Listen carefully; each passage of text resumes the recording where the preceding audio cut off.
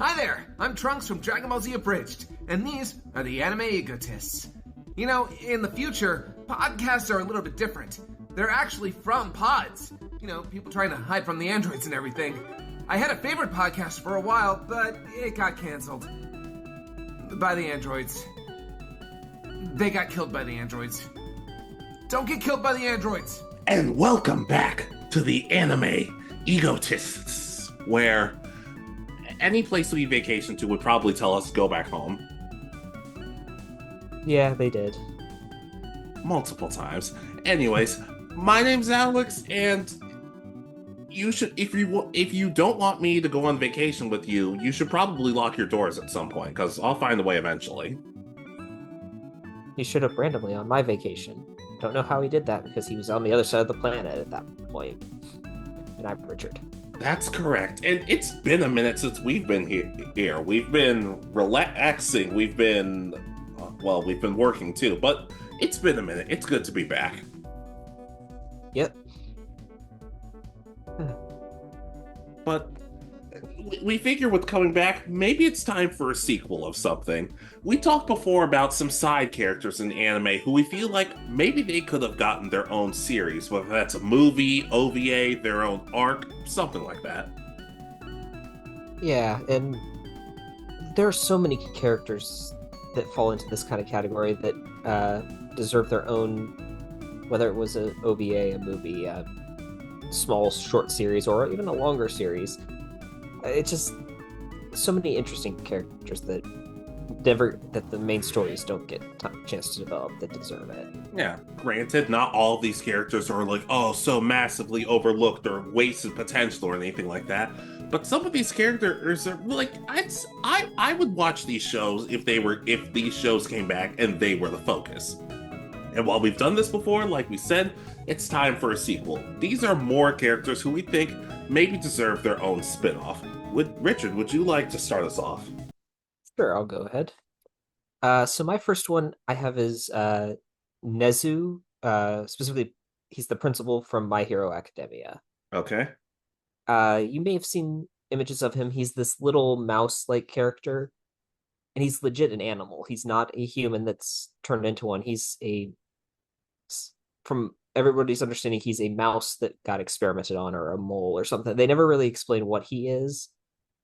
But he's such an unknown, because he kind of has like joking prejudices about humans, because humans are the ones who experimented on him to turn him into this super smart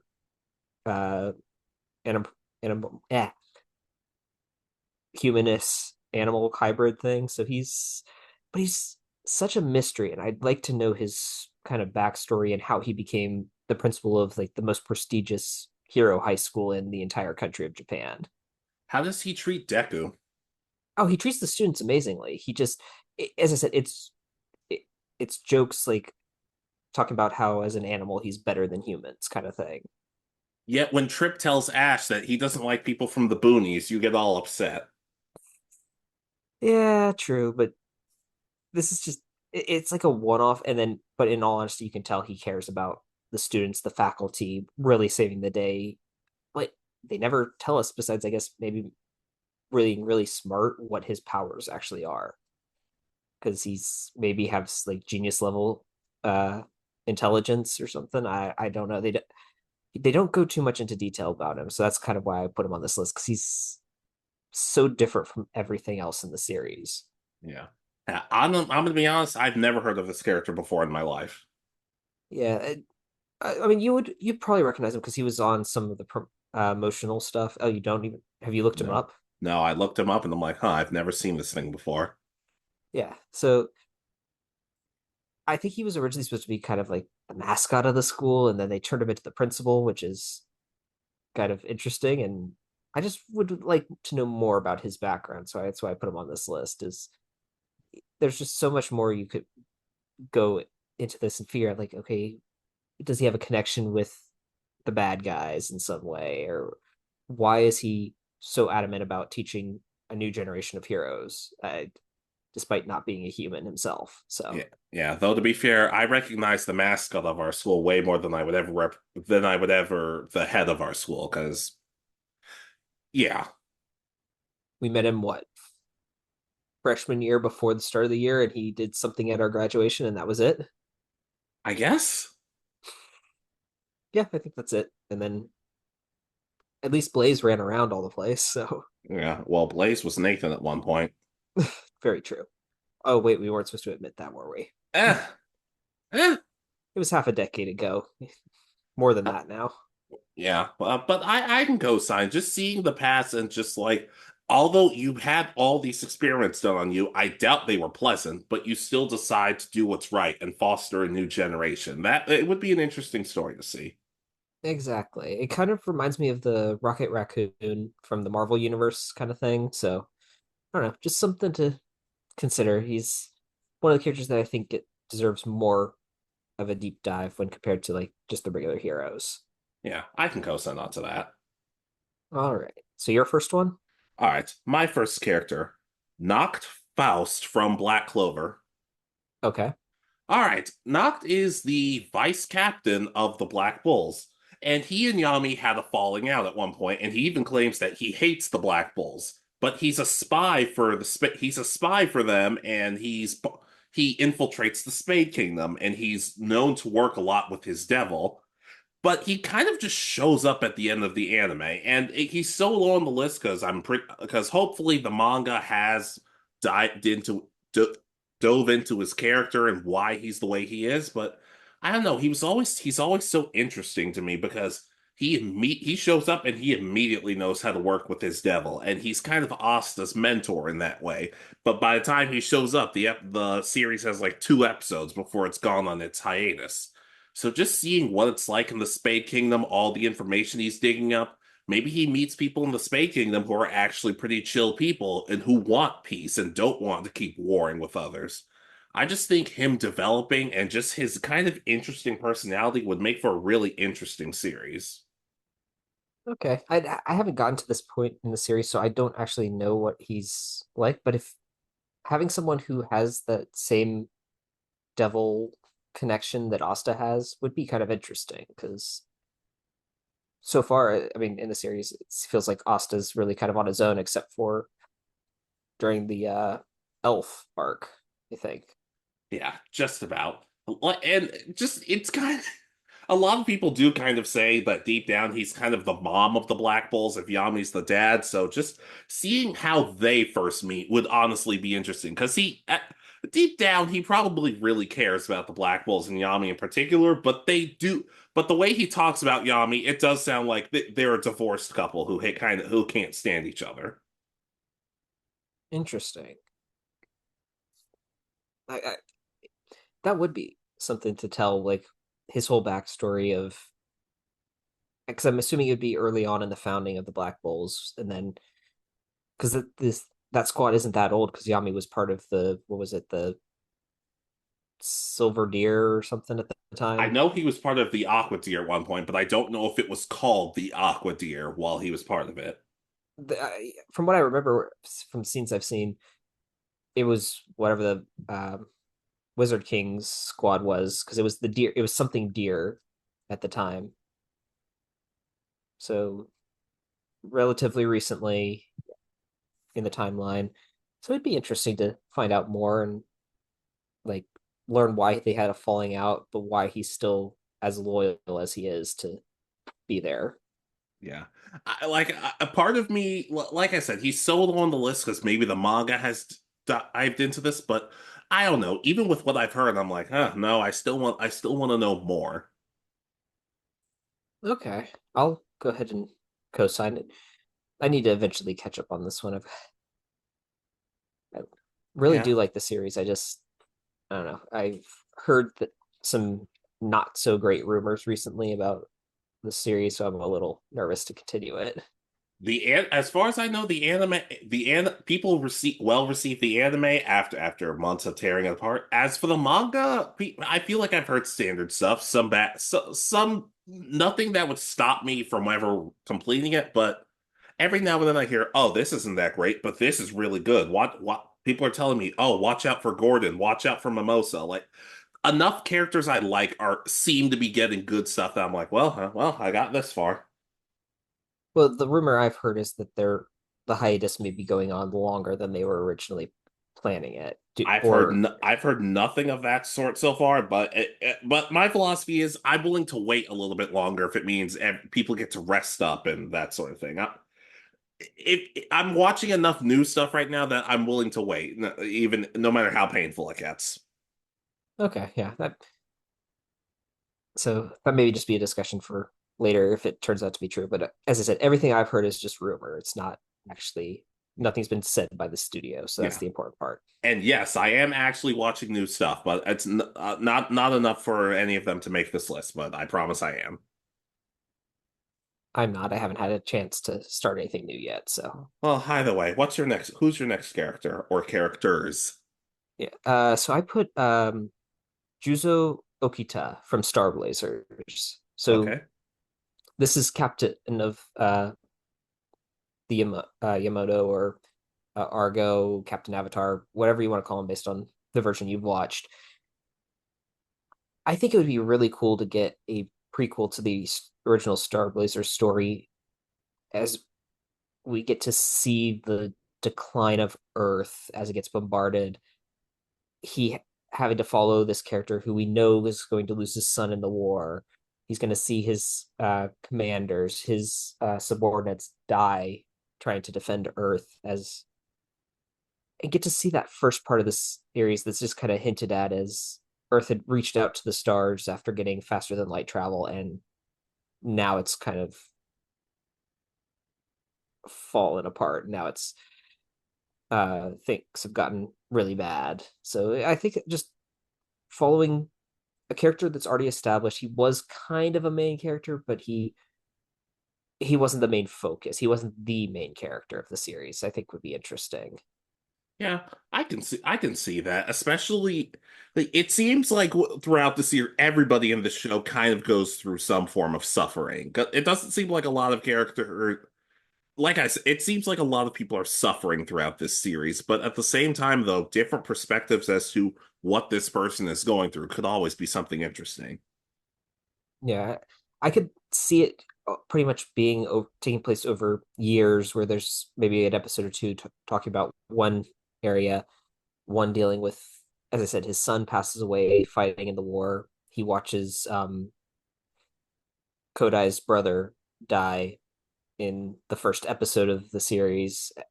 So, who's like one of his most loyal subordinates. It's just all this stuff could make a really interesting character and flush him out a little bit more, and you get to see this, watch him lose everything, but also gain the hope that humanity can survive still, and then leading into the Star Blazers or Space Battleship Yamato's actual story.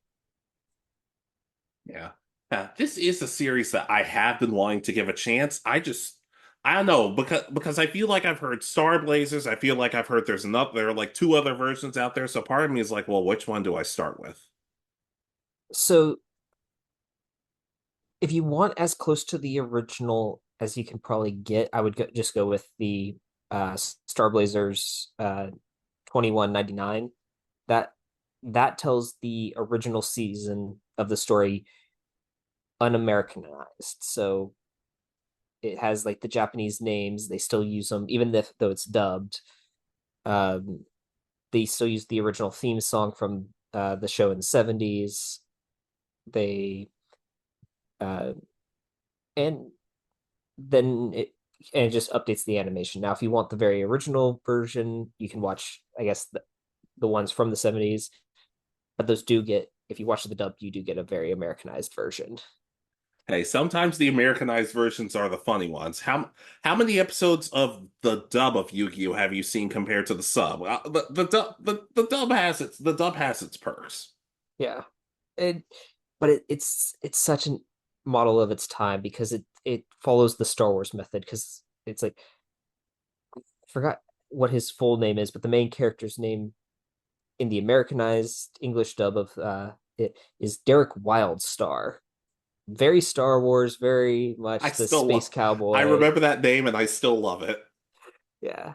Mark Venture is his best friend. It's like it's very much changed by comparison to the Japanese version, which has more. Most of the characters have that they're more normal Japanese names, from what I understand.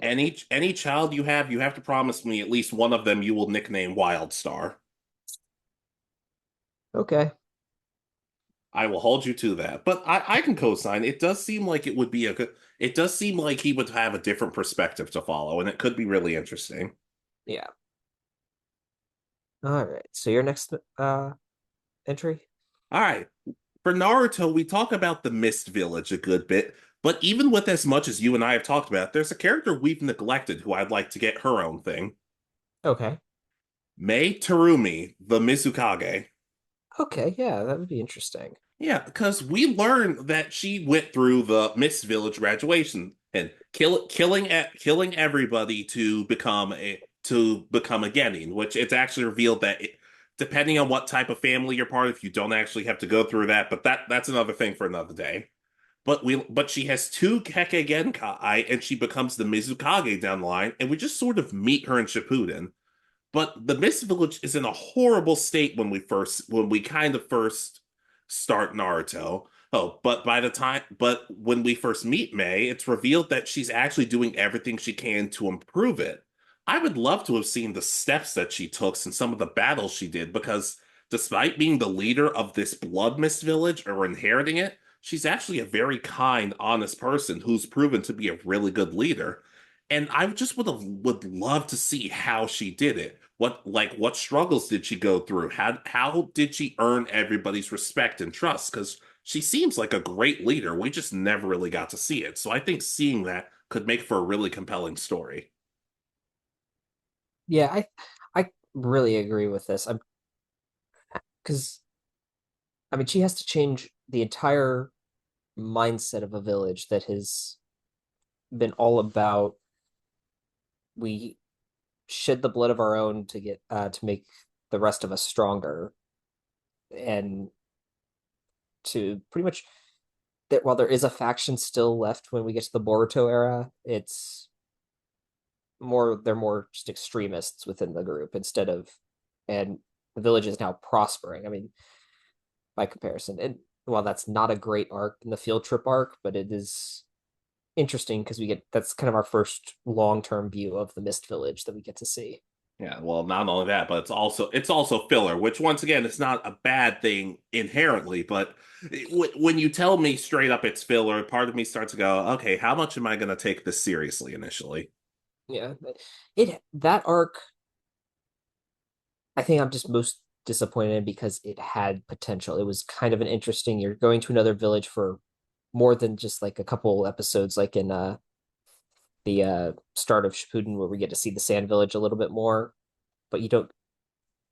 So we're going like long term, like a couple days worth of episodes take place through here. It's but still they don't develop it. So it would be interesting to get more in depth with, as you said, another village, especially one that we both really like learning more about because it's one of the more developed ones in the series. Yeah, just because with all my research, I did grow to really, really like her. I thought she was a really fascinating character. Heck, like even like kind of a what if. I would have loved to have seen what Zabuza's reaction would have been to what is May doing with the Mist Village, and like because he did care about the Mist Village. He didn't go about trying to fix it necessarily the right way, you could argue, but him seeing how it's prospering and how she was the start of that could be something cool. Could be something cool, as long as he doesn't bring up the fact that she's not married. Because I feel like even Zabuza would, the demon of the mist, would be a little scared of her.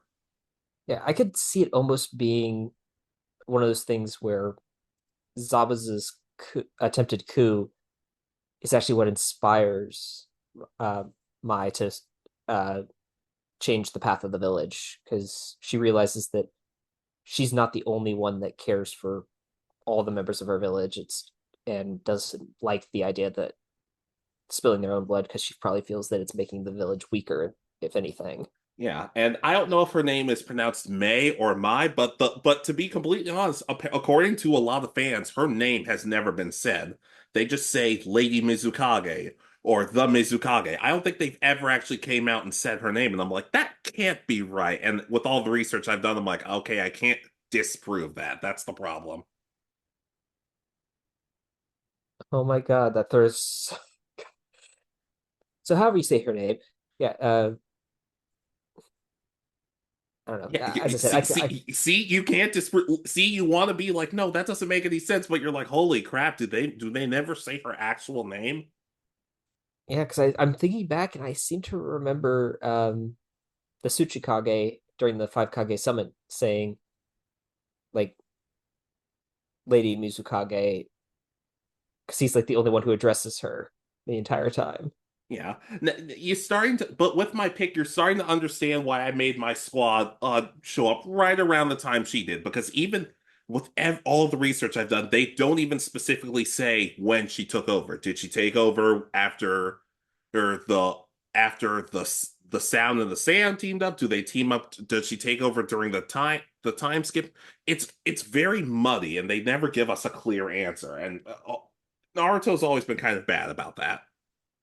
Yeah, I mean it's implied that sometime in Shippuden the third Mizukage dies, but the Akatsuki don't capture the Three Tails until later, and they capture it outside of a host. Yeah, it gets kind of confusing, which is why I think she like her and her own OVA just showing that her rebuilding the Mist Village could be something awesome. And whether it went through kind of a civil war or if anything actually happened to Yeah. like because I imagine there had to be turmoil because there's got to be those that like gain power through the system that would love to keep it in place. Yeah, but you'd also have to go up against her, and she was proven to be very, very strong. Yeah, I mean she was one of the Kage, so she has to be among the strongest. Yeah. And I know we've done a video where we're like, well, what Naruto characters would we like to get our own OVA? And if we ever do a sequel, I won't put her on that list because we just got done talking about her. But the Lady Mizukage, May, Mai, whatever you want to call her, her own thing could be awesome. Yeah. All right. So my next one. Please. So I picked a character that I was just thinking about and thinking, man, he'd be an interesting one. From Naruto, uh, Dan Katō, Tsunade's ex-fiance or dead Oh, okay. fiance. He is implied to be kind of on the same level as the Sanin at the same time as especially because he's engaged to marry Tsunade. He is a Jonin. They've confirmed that that was the rank he achieved. So he is a very strong ninja. He is another one that had the dream of being Hokage. And that's about, unfortunately, all we know about him. He dies in Tsunade's arms as she tries to use her medical ninjutsu to save his life as he bleeds out on the battlefield. And his death leads to her kind of entering the state she's in when we find her in the original series. Afraid of blood, less helpful because of the trauma of losing someone she cared so deeply about at one point. And so I just think he would be such an interesting one to kind of follow and learn about and learn just actually how strong he is. Because if he's as strong as they kind of imply, I mean, that means that the village hidden in the leaves had so many ninja that were at this certain level, like that they could have probably, if they had really been the aggressors in any of the conflicts, they could have wiped out all the other villages because they had the Sanin, the White Fang, Dan, the third Hokage at this time would have been um, the oh god was the god of Shinobi. Uh, you would have had the Flash, the Yellow Flash entering his peak. It's like all this stuff would have been going on all at the same time. Just imagine how powerful the Leaf actually was in this, and yet they uh, didn't really do anything to be the aggressors on the battlefield. Well, let's not act like they weren't still bad people, because I'm still convinced the Leaf Village were not the good guys in 90% of their conflicts. I don't think. I mean, that's part of Naruto's charm is that no one is the good guys in these I series. know, but if they portrayed the Leaf Village to be more like this is questionable, well, then I would be okay with that. But just the fact that they're, well, maybe that's another topic for another day. But I can co-sign, especially when he talked about, oh, the death of his little sister is what inspired him to be more of a medical ninjutsu specialist. Not to mention, he's Shizune's uncle, isn't he? Possibly, I didn't do too much. What he's really known for is just being Tsunade's fiance. But let's see. Shizune, niece. Yes, I was right.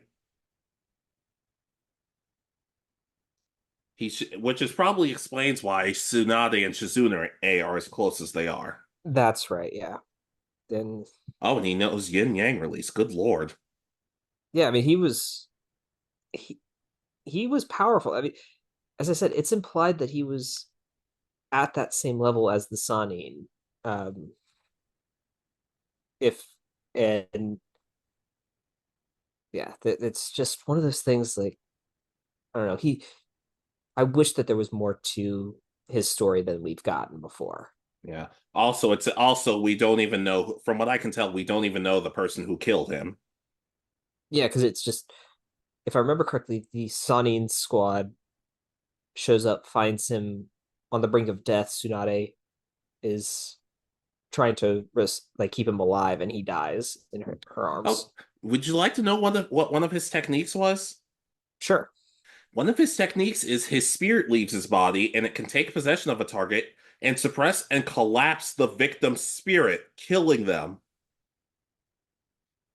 You want to take back what you want to go back and talk about how the Leaf Village are not good people because that's not a technique of a good person. Yeah. Yeah, it's just another one of the random techniques that allows people to like do all that. So, but yeah, still, Dan, I think just from what we've seen, he would be really an interesting one to follow through uh the moments leading up to his death, like whatever There that doesn't even involves. seem to be a weakness to it, but yeah, I can go side. I'd be up for seeing more of him, or else, like I said, even him and the effect he has on Shizune. Because if you don't pay attention to the fact that they say, "Oh, Don is Shizune's uncle," you're not. It's not. It doesn't get brought up, so it might help. It might show a little bit more of Shizune's backstory. But considering I'm one of Shizune's like four fans, maybe that's just me talking. It could be really interesting being a I don't know, whether I could see Shizune and Tsunade meeting at his grave or something, and it's them talking about it from like them being kind of the narrators of the story. Yeah, I like that idea. I can co-sign on to Don or Dan. What? I can co-sign on to Tsunade's dead boyfriend. Which one? Yeah. But the first one. Well, it's spelled Dan, so I say Dan. Okay, sure. All right. So your next one? The Red Tails from Beelzebub. Okay. All right, I have less story ideas for this group because the Red Tails is the all-girl group at the school the main characters go to. And after the events of Beelzebub, it's revealed that one of the girls, Chiaki, ended up becoming the leader, and she was always kind of one of the more odd characters because she was kind of blunt but playful at times. And I don't know, the Red Tails themselves were never portrayed as the best group, but they were somewhat competent. And it's just when demons start taking over, girls with wooden swords and chains kind of don't measure up in some cases. But you've pointed out the last couple of weeks, I seem to really enjoy delinquent based anime and guilty. But truth be told, I can't name that many delinquent anime where the girls are the main focus, where there's a girl delinquent anime. So I think in some cases, just something like that could be really cool for people. They don't have to be fighting demons like the original Beelzebub. It could just be them standing up to scumbags, learning more about each other. But I don't know. They always had kind of an interesting aura about them, and they were never boring to me. Yeah, because if I remember, because from what I've seen of Beelzebub, the girls like left the school for a little while, and then there's a whole episode of them coming back and kind of taking control of the school for an episode or Very two. good. So and it's heavily implied that they're one of the stronger kind of gangs at this school full of delinquents. So it'd be really interesting to get them like yeah show them why they're having to become as strong as they are to because it's mostly about defending themselves, isn't it, to start. Yes. And even after they graduate, there are people like Olga's sister is the main character. His sister said she used to be Red Tail. So it's kind of like, oh, maybe we could get like go back in time and see what her time was like. Because she's able to beat up on Olga, admittedly to comedic levels, but still I'm kind of like, dang, this whole family is full of badasses. And then there's Olga's dad who does a sliding grovel when he's in trouble. So Oh, I remember that. I guess it skipped. I guess they get it from their mom, I guess. It'd be funny if like their mom was the founder or something of the Red Tails. That wouldn't suck in all honesty. But it doesn't have to like even if there are demons popping up, maybe there are, maybe they're not. Just a focus on them. Because like I said, there don't seem to be a lot of girl delinquent anime. If there are, put them in the comments. Maybe I'll give them a shot. Yeah, it'd be an interesting take because, as you said, a lot of the times, if there are a delinquent girl, it's usually like a one-off. She's more of a side character, so having them be the main focus would be really interesting. Yeah. Especially considering the differences, because the originally, because Kunieda, who's in charge when the series is starting, she's very much, she tries to be no nonsense, even though deep down she's a very kind person. And Chiaki is kind of an oddball. Like, to give, I don't know if you remember her, but she kind of reminds me of Mash in some cases, like, kind of oddball tendencies. Yeah, vaguely. It's been the last time I saw anything from Beelzebub was I think the last time we you watched anything when we were in the room together. So it was Yeah. probably junior year of college. Yeah. But it could just be a sense of, oh, well, now we have to adapt to a different leader. And we've all always liked this person, but them being a leader is different. I don't know, like not a lot of story elements to it. They could go back in time, they could go in the future, but just I always liked them. And like I said, the girls delinquent anime could be cool. Yeah, as I said, I'll co-sign. I because especially because delinquent animes have become more popular because there's Tokyo Revengers. Is it Windwalkers? Windbreaker. Windbreaker is or have kind of become very popular, and but they're focused more on male centric gangs, if I remember correctly, or if I understand there are female characters, but from what I've seen, but they're not the main focus. No. I could maybe count on one hand how many girl characters are in Windbreaker, and let's just say them becoming fighters wouldn't make a whole lot of sense to me. If there was a female gang, that'd be awesome, but the characters are just seem like the female characters just seem like regular people in this. Okay. So yeah, I'll co-side. That's an interesting group to focus on, Yeah. and it'd be interesting if we got like looks at some of the other groups in at the school in whatever time period they were from this other perspective. Yeah. All right. Who's your next character? My next one is Nail from Dragon Ball Z. Okay. He's implied to be kind of at that same level Goku is at this point in the series when he's around. And I don't know, it's something about him I think would be really interesting to find out. Like, he's kind of supposed to be like the warrior for all of Namek and all the other, like, I don't know, they don't say it, but they kind of hint that maybe all the other warrior clan Namekians fused with him or something to make him as strong as possible. So I don't know, just something interesting I think would be to follow him. Probably it would have to be pre Frieza arc story, but seeing him fight off maybe like an initial Frieza force, him defending Namek from a different bad guy, maybe I don't know, bring in a GT alien race or something that we saw in that and watch him kick their butt or something. It would just be kind of a cool little thing to see. I don't know why. And it would give us a chance to focus on somewhat a different group other than the Saiyans. Because again, Dragon Ball Z, if you're not a Saiyan, you better be a Namekian or a Majin, because otherwise you're not important to the story. Or yeah, yeah, I will. I do agree for Nail. We could also just see it from his childhood because for the longest time, there was peace in the universe. But that's what we know on Earth. What about Namek? Did Namek have to go through anything? Did You're telling me the Saiyans never once thought, let's go invade this other planet? And it maybe Nail figure. There's an episode where Nail's like, oh, I have to kill these guys because if one of them escapes and knows we have Dragon Balls, it's over. Yeah, it's just an interesting character that kind of disappears, and I don't know. I don't have really any stories that they could tell for him, but besides just defending Namek and uh maybe the story of how he became Guru's attendant, even though he's supposed to be like the warrior of the race. So I don't know, just someone interesting that is kind of forgotten in the series now that he's part of Piccolo. Yeah.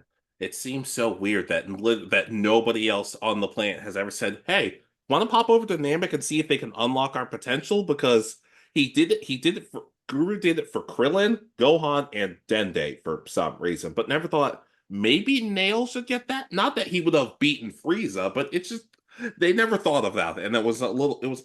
I feel like more characters should do that.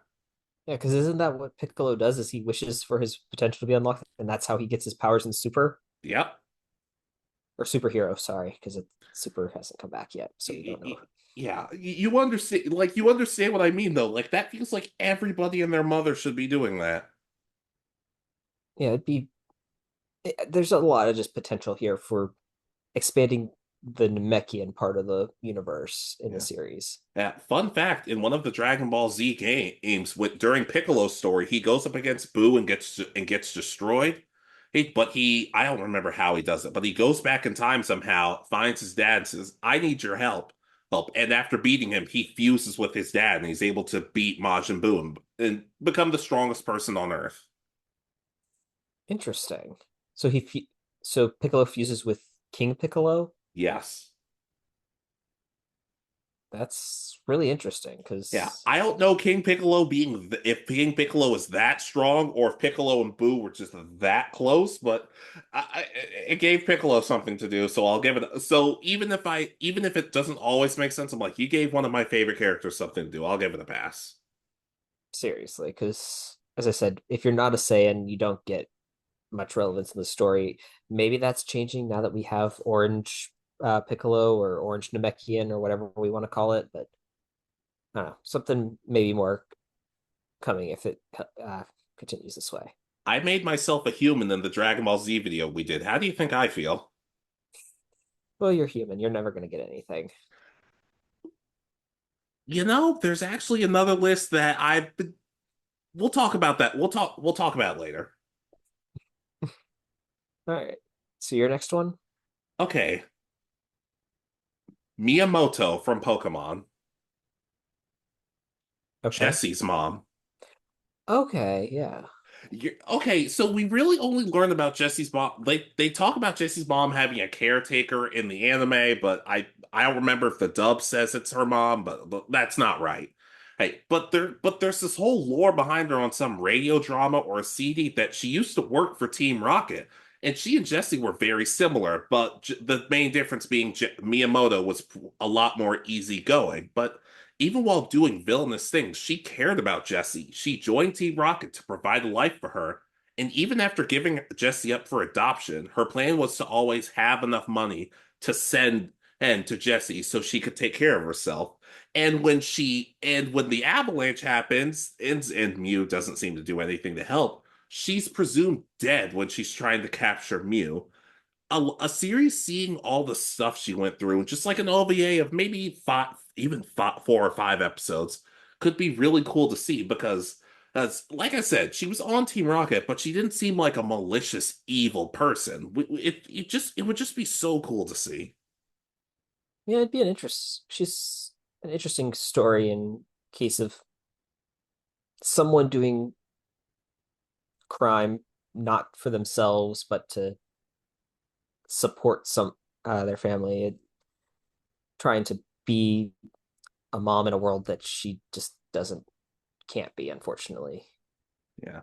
And the crazy thing is, apparently it's somewhat implied that she's actually still alive and she kept up with Giovanni for a little bit before they lost contact, but it's still implied after that, yeah, she's still alive and she's still trying to find Mew.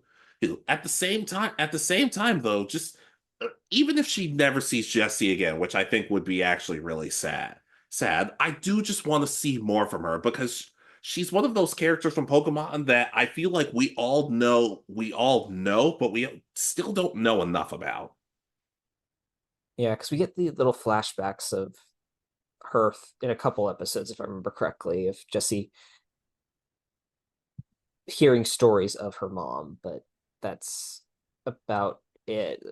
As you said, there's not much that we get directly out of from her. So I can co-sign. I think she'd be an interesting character, especially following the her looking for Mew and whether she still is. I don't know if I necessarily. It's a kids show, so most likely they would reveal that she's still alive, still on her mission, and that maybe Jessie just forgot that she has this account that has like her mom's money going into it or something. I have no idea. Yeah, and apparently she's also very close with Madame Boss, who was Giovanni's mom. So it's like you could tie more into the lore of just how Team Rocket got started and that sort of thing. It could be cool. Yeah, it'd be interesting. I'm trying to think. Maybe Giovanni actually wasn't the founder. He just inherited it. It's kind of like a crime family where like his either his mom or his dad ran the uh Team Rocket before him. Yeah. Yeah, but like I said, Jesse's mom, we don't really get a lot from her, and I think like even a movie about her and the stuff she's been through could be really interesting. Also, respectfully, no, I'm just kidding. Let's honorable mentions time. Okay. So my first honorable mention, um, Atticus Rhodes from Yu-Gi-Oh! GX. Agreed. Uh, I don't know if I could see this being one that takes place like after his graduation from Duel Academy, but having him maybe have flashbacks to being I forgot what his Night Shroud. evil Night Shroud. Because we kind of, from what I've seen, it's implied that he still like when he put on the mask in season two, he still has like lingering effects of the mind control that he was under. So it'd be kind of interesting to see him have to deal with that as, I guess, a semi-pro duelist, and if not a pro duelist at this point in his life. And again, I like the Red Eyes monsters, so having someone have a deck that's fully focused on that rather than just like Joey's with like I've got a Red Eyes, but that's not the focus of my deck all the time. Yeah. Admittedly, in season four, they do dive into it a little bit, and he does somewhat get over all the trauma he had with it, but it still didn't really feel like enough. Heck, I'd like to think that he could, if he became a pro duelist, he would use two decks. One would be the Red Eyes deck, and he's a lot more in control of it now. And like Joey, he sees the Red Eyes as his friend, and he's able to use it, or that weird showman deck that he had in that one episode. It was weird, but it could also be a case of his opponents not knowing. I don't know which one he's going to use, so I don't know how to prepare for it, which could make him all the more dangerous. Yeah, that would be interesting. It's kind of having a almost Bastion style with like the two decks. Okay, which one is he going to bring out against me? So you may not have like you have to double plan for him. It's like, okay, do I build my deck to focus on his Red Eyes or do I build it to focus on his other cards? Yeah.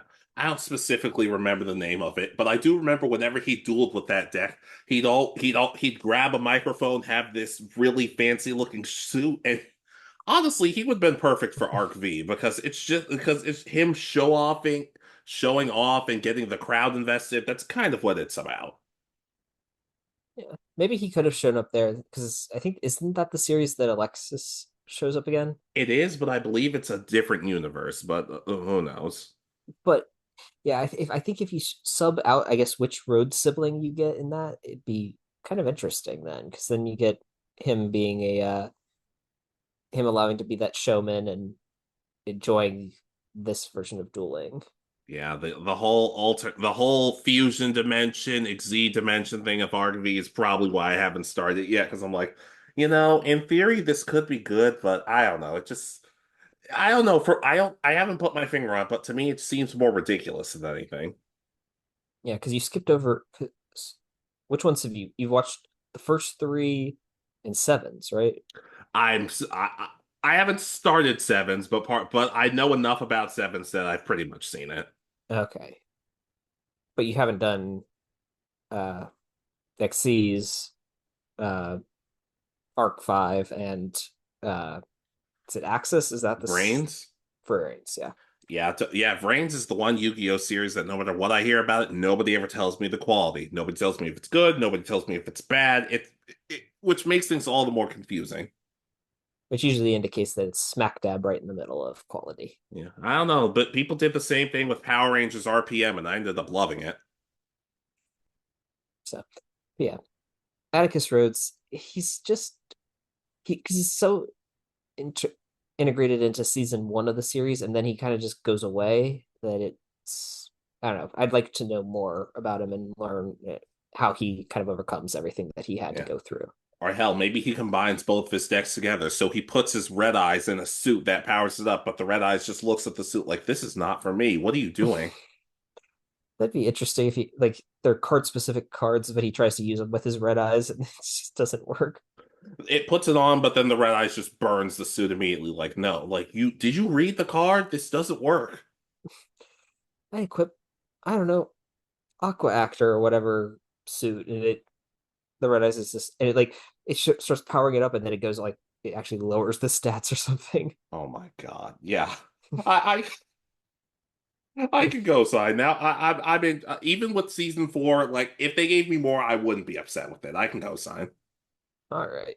So your first honorable mention? All right, you did your Yu-Gi-Oh one, so I'll do mine. I fully admit this is more comedic than anything. It would just work for shorts, but I still want to do it. Okay. Tour guide from the Underworld. Okay. You tour guide from the red-haired demon girl who's always driving people around in hell, I guess. Yeah, she's like she's I know she's her own monster card, but she shows up in like a whole bunch of magic cards and stuff. Yeah. Honestly, this could just be a series about her starting. She's starting, it's her first day, and it's just a bunch of shorts of her driving around different monsters and just the utter insanity that happens in Yu-Gi-Oh! Yu-Gi-Oh! You could get different archetypes and just seeing how they react and just how she starts off bubbly and wanting to do her best, and then slowly over time she's like, "This is the worst job I've ever been a part of. This is terrible. How much longer do I have to do this? Oh, an eternity. Wonderful." I could see it. I could see like monsters reacting like I could see the Dark Magician like being absolutely exhausted if it shows up and being like, Yugi summoned me again. I was having to attack a Silver Fang. Why does he summon me for like such nonsense? It's like I'm his ace. Why is he attacking such a weak monster with me? I would love that, and I would also love if one of the like even though she wasn't invented for early on, but just the episode where Bakura turns them all into monsters, and then like Tristan and Joey have to share the bus after they get destroyed in that one episode. It's just and they're freaking out over it. But then like they could be sitting next to the gladiator beast or something, and despite how vicious they are, they're just very calm on the bus. And she's like, "Wow, actual nice people. Please don't leave." Yeah, I could be I could see it being a fun uh like I don't know joke anime spin-off thing. Like they get to the graveyard and the ghosts or the Grim Reaper card is there and it's just it's running around, but it's actually really friendly. It's just like it doesn't know how to. It's socially awkward, so that's why it floats after him. It's like it's chasing them down. It's like I want to be your friend.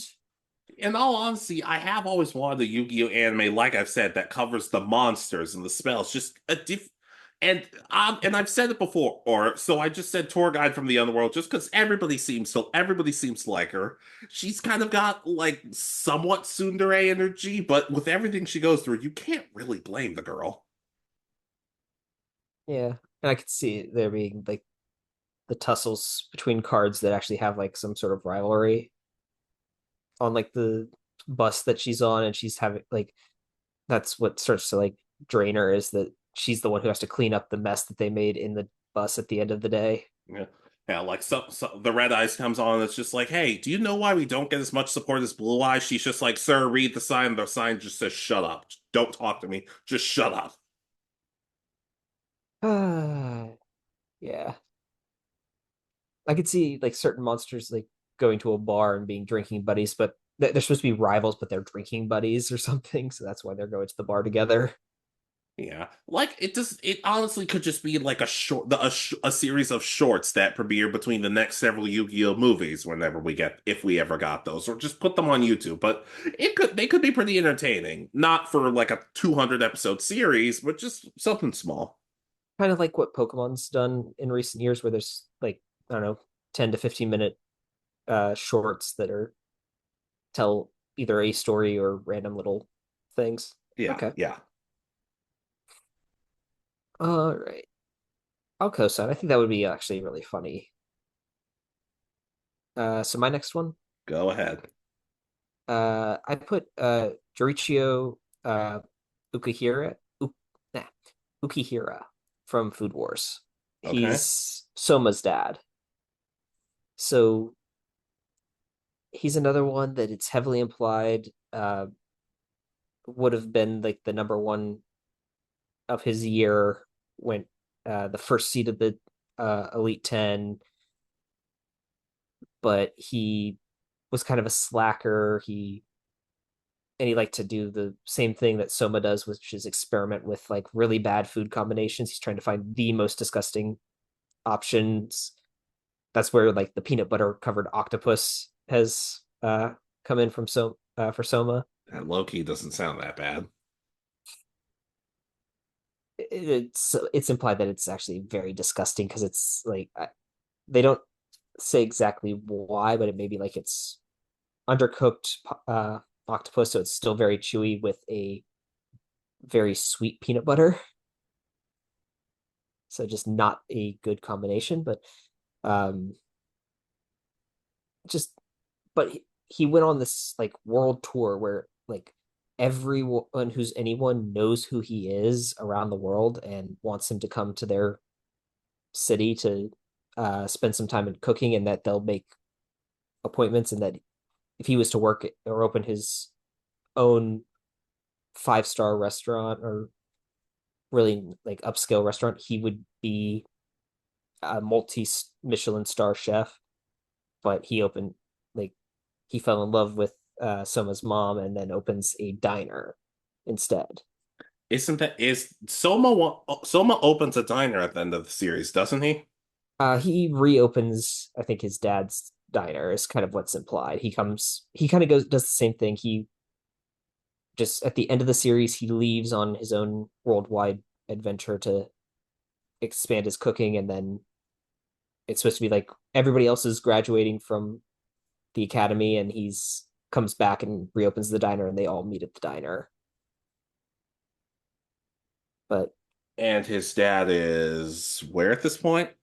his dad's kind of on a world tour at the same time. He just kind of goes around adventuring, cooking for people.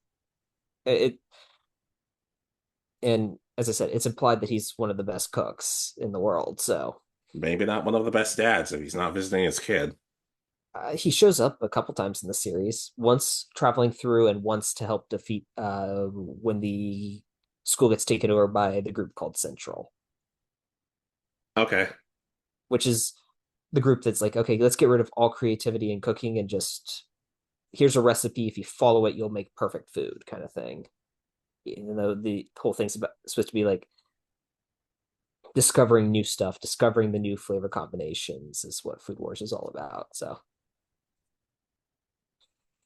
Yeah, but I can co-sign. It does seem like, I joked, but at the same time, it did seem like he did have an effect on Soma's life. So seeing where all of that started could be something interesting.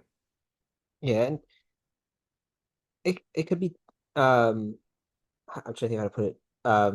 Told kind of in flashbacks where he's going on his second round the world trip where he's cooking and remembering his connection and what he was learning and all that. Because he was like, it's kind of implied that he was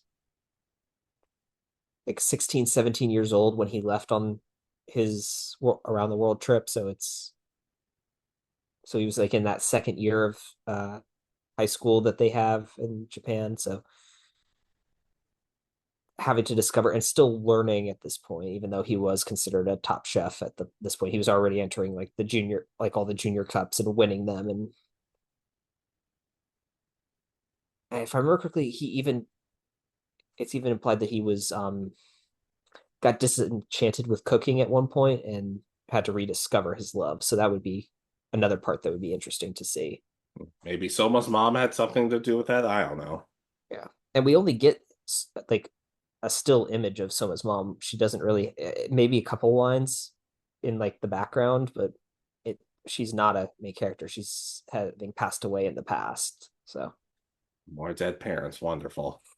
So as I said, just be interesting to get more about his story. Yeah, I can go sign. All right. So your next honorable mention? Oh boy. Kigurumi from God Eater. Okay. I I really don't know how to describe this thing because yeah, Kigurumi is not actually it doesn't identify as male or female. It's just kind of this weird looking rabbit thing. It doesn't talk, it just fights alongside the other God Eaters. Honestly, once this doesn't have to be anything long, but I kind of just would want to see its backstory. Who the hell experimented on this thing? Who are its parents? What? Why is it a god eater? Why is it considered the others to be his friends? Because they all care about it, but even some of the others have said, "Yeah, Kigurumi." Does anybody know what it's saying or thinking? Nope. Anybody else terrified by it? Yeah. I don't. It's such an out of place character for this series. But it also kind of works. Something about it, I've always just said I want to see more because I look at this thing and I'm not bored by it. What was the name of the character? Kigurumi. Yeah, I don't know how to describe it other than it looks like a little girl's rabbit that got torn up and stitched together. Okay. God. Let me know when you see a picture, because E- Okay. Yeah. So it's kind of like a robotic thing as well. Like I don't even know if it's robotic or if it's just like fluff. That's the problem. We know nothing about this thing. It's just like, oh, you have these missions together. You okay, Romeo, Nana, you're with the vice captain. You want to take Kigurumi with you? Sure. No, we don't learn anything about Kigurumi, and that's kind of the joke. But I don't know, something about it just kind of makes me go, I want to see more. Yeah, it really does, and it'd be interesting to learn like what exactly it is. Because is it someone trapped in a random bunny suit? Is it an actual like I don't know, like a stuffed animal brought to life? Is it some random experiment? What is it? We all know. Yeah, okay, I'll co-sign. I have no idea what this is, and It's shown to be loyal, so that's cool, but I just wanted to talk about it because honestly, every time I look, I'm like, what the hell is this thing? yeah, I see why. I have no clue actually what it is. Is a mysterious Far East branch new type God Eater who is recruitable in free missions. Yeah. Yeah, mystery. Yeah. Okay. It's so ridiculous, but like let's move on. Okay. As I said, I'll co-sign. I don't know God Eater well enough to really know more. I So, know God Eater and I don't know well enough, but let's move on. all right. So my next honorable mention is Ace from One Piece. Okay. So I think it'd be kind of cool to just get a story of very short. It doesn't have to take like do a whole bunch of stuff, but it could be like Ace forming his crew leading into his battle with Whitebeard before he joins Whitebeard's crew as one of the vice commanders of the fleet. Or so just to give Ace a little bit more, because I don't know if did any of his crew join him as members of Whitebeard's crew, or did they all die? Did they all just leave when Ace joined Whitebeard's crew? What happened? Yeah. I can agree. Even if I can agree with that. I'm going to be honest. I did not. I had a feeling you were going to say Ace, but part of me was also like, there's another One Piece character that I figured he might say, but I don't know. But I can definitely agree. More Ace is always good for me. I put this one because my on my last video on the last time we did this, I did Whitebeard himself. So connecting to that would just be kind of interesting. You get the stories of like because Ace is implied to have reached like I don't know the 200, 300 million berry bounty at before he joined Whitebeard's crew. So he wasn't like again, he wasn't the most powerful of pirates, but he was kind of on the par with the supernovas at the end of part one of One Piece. So be interesting to see like just him growing to become such a notorious pirate and then but still being unknown as Gold D. Rogers' son, making his own name for himself. Yeah, I can agree. Honestly, but between Ace and this other person, I figured you might say Sabo, just because you seem to have a problem with how Sabo's been introduced. So maybe giving him more to do and more reason to care about him might have helped. From some stuff I've seen, there might be um more stuff coming for him soon. I guess maybe once the manga's gotten a little bit more further ahead, because I know the anime I think just went on hiatus this week, so it'll be interesting. But I for now I put Ace just because he's no longer in the series. So Sabo does have a chance to get more growth just through the regular series, but Ace really doesn't at this Yeah. point. And you can get a new look because I'm sick of and tired of the fact that he looks just like Sanji. It threw me off so much when I first saw him. Yeah, I think Sanji's even had that hairstyle where he got wet once and his hair fell kind of down like Sabo's did. Yeah, but I can agree. Definitely more of Ace. Bringing him back wouldn't make any sense, but showing his past would. Exactly. Not just give us what happened in that time frame between when he left Luffy on the island to the time he uh meets up with him as now he's part of Whitebeard's crew. Exactly. All right. So your final honorable mention? All right. These are two characters, but one without the other wouldn't make any sense. Akane Hoshi and Clay Sizemore from Soul Eater Not. Okay. Okay, these two characters are part of the DWMA's intelligence agency, something that never really gets brought up that much in the original show. So just seeing the types of stuff they go on rather than just attacking Kishin and protecting people could be cool. Gathering information, stealth, infiltration, stuff like that could be really cool. And it was kind of interesting to see that despite the fact that Akane in particular seemed like a nice guy, he did have some morality question marks, which that I know that's like characters like Professor Stein work out really well. Like you're a nice guy, but you do some questionable stuff. You do some questionable stuff. As a hero, showing that as a hero could be really cool, in my opinion. Yeah. Oh, okay. Nakane is a member of the Star Clan. That's correct. Interesting.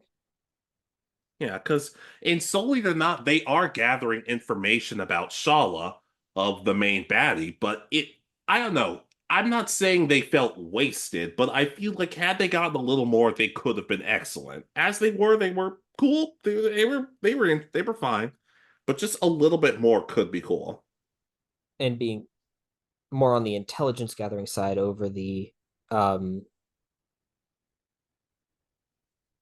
like direct combat side would is kind of an interesting idea because that's kind of the focus of all of our main cast in the original series is that they're just they go in and fight. They don't do the intelligence gathering. They have it reported to them. Yeah. And it especially kind of sucks because I know Soul Eater Not came first, but it is the prequel. So during Soul Eater, you learn nothing about what happened to them, Sugami, Mei, Anya.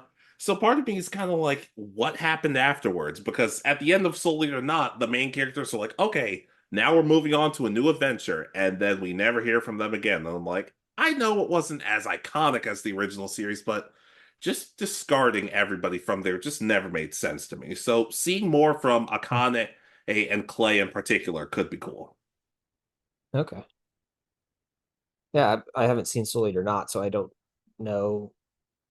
These characters weren't in the original, so I don't know them actually. So Part of me is just learning as much as I can because I'm like, well, if the anime never gets remade, I at least want to give this a little more of a chance. yeah, get to know more of the other characters that take place in the series. Yeah, I have the first two volumes of Soul Eater sitting around somewhere and the first volume of Soul Eater Not. So if it gets to the point where I'm like, holy crap, I need to get Richard on this, maybe I'll kindly try to suggest them to you. But if it gets to the point where I'm like, this there's no point, then I just won't say anything.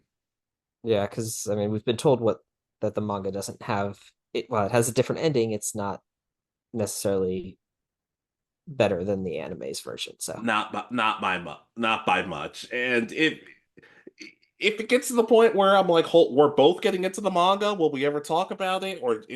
Maybe, oh, who knows? I don't know. We'll see. yeah, but yeah, I'll co-sign it. Sounds kind of interesting. Yeah. All right, so my final entry. So I put Makarov Dryer from Fairy Tale. Okay. So we've seen his dad in what is known as Fairy Tale Zero arc, which tells the founding of Fairy Tale, and we've seen scenes of him being born at Fairy Tale and all that, and that's kind of it. We don't. Uh, by the time we see him in the series, he's an old man. He's the guild leader. He is incredibly strong. And really, as I said, I wish he had his sacrifice had actually been a full sacrifice in the end of the series. But I really would be interested because there's kind of this allied group of guilds, and all of them are former Fairy Tale members. The leader of Lamia Scale, Mermaid Heel, uh, Quattro Subarus, and one or two others were all members and kind of on Team Makarov at the time. But all of them reached the strength level where they're at that point where they should be guild leaders, so they went out and founded other guilds or joined other guilds and became the masters of those guilds instead. And so it'd be really kind of interesting to see kind of this team that was the previous incarnation of Natsu's squad. Yeah. It always is nice to the mentor of a group is always something that you could do for an OVA or a movie or something. And so seeing him in particular and it probably would have been more impactful to see had he died, because then we would have been able to see, oh, now we get the full story of everything. But even with him being alive, it could still be a really cool idea. Yeah, they're interesting. As I said, and it could go into the point where his son, who was a member of Fairy Tale, gets kicked out for um, being greedy or attempting dark magic and all that. And Loxus. no, that's his grandson. Then I don't know. I'm trying, dude. Yeah, I know. Loxus Loxus is just wanting the guild to be as strong as possible. He kind of betrays the guild that way. His son tries to steal, I forgot what it's called, but it's pretty much the first guild master locked in a crystal that has a lot of magical properties. Okay. And that gets him kicked out. He goes and forms a dark guild to be the antagonists against Fairy Tail. And fortunately, they end up being a big joke, which, again, I do need to do my own separate video on that eventually. The audience, there is somebody who said, "Hey, is Richard gonna do any of these?" And I'm like, I don't know. I can't hold him down and force him. Maybe one day when I have some time, I'll sit down and record one. But having to make that sacrifice of someone who's actually your blood relative, your son, someone you do truly care about, but who betrayed your found family as well, is a lot to do. So I think there's a lot with Makarov, whether you go all the way back and cover his time as just a regular member of the guild or if you tell his story as like when he first becomes guild master. Yeah, I can agree. And especially just in the start of, oh, well, now that I've done all of this, what do I want to do now? I'll be in charge of Fairy Tale. Yeah. So Makarov Dreyer, it would be just someone interesting who we've gotten hints at and told about his backstory, but getting to see it would be more interesting. Yeah, I can co-sign. All right. So your last one? I feel so bad because I feel like all of my interesting ones were towards the middle, and this we both talked about him before. Hit from Dragon Ball Super. Okay. I just think the idea of showing his assassin work and could just be really interesting to see because we don't generally see that in something like Dragon Ball. Also, just how he got as strong as he did because it's not. I doubt he was self-taught and just how interesting his powers and his fighting style is. So seeing like maybe somebody brought him up and made him and told him to be an assassin. But also the weird thing is, despite being a killer, he's actually seems like a really nice guy. He's humble, and he doesn't go after people unless he absolutely has to. Did somebody make him that way? Just seeing how a progression for him could be really awesome, especially considering technically Goku still hasn't beaten him yet. Yeah, it would be really interesting because he's an assassin with kind of a moral compass that so because he kind of only picks his targets based on